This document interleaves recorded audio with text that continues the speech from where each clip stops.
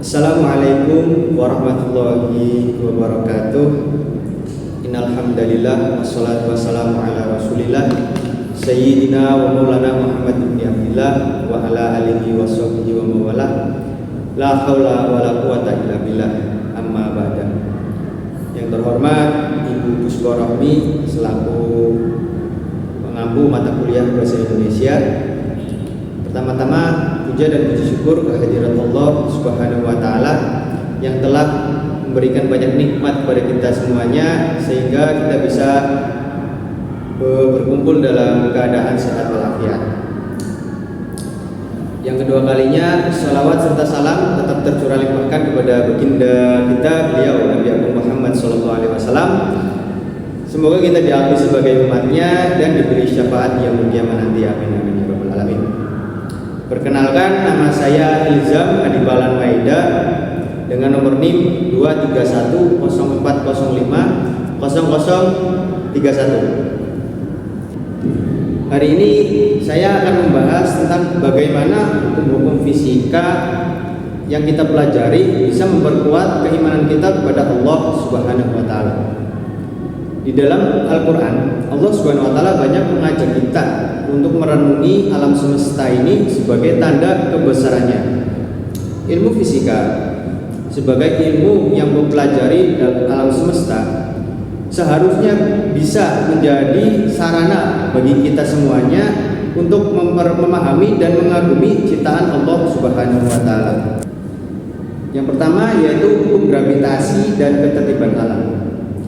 Salah satu hukum yang paling dasar dalam ilmu fisika adalah gravitasi yang ditemukan oleh seorang ilmuwan yaitu yang bernama Sir Isaac Newton.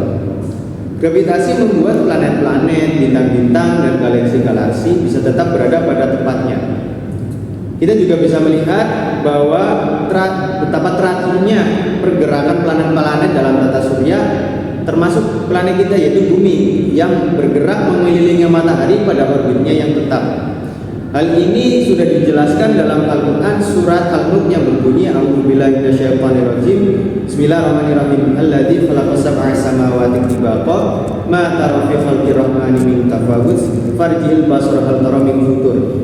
Yang berarti Allah Subhanahu wa taala berfirman, Dia yang telah menciptakan 7 langit yang berlapis-lapis, dan kamu sekali-kali tidak melihat pada ciptaannya Tuhan yang Maha Pengasih sesuatu yang tidak seimbang. Quran surat Al-Mulk ayat 3. Ayat ini mengajak kita untuk melihat keseimbangan dan ketertiban yang Allah Subhanahu wa taala ciptakan.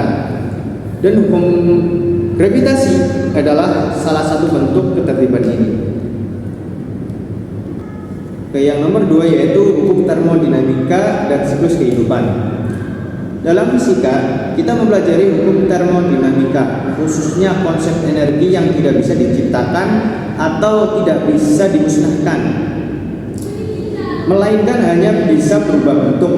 Nah, ini bisa menunjukkan bahwasanya siklus energi yang terus-menerus dalam alam, misalnya bagaimana energi matahari digunakan oleh tumbuhan dalam fotosintesis, lalu dimakan oleh hewan, dan akhirnya berakhir dalam rantai makanan.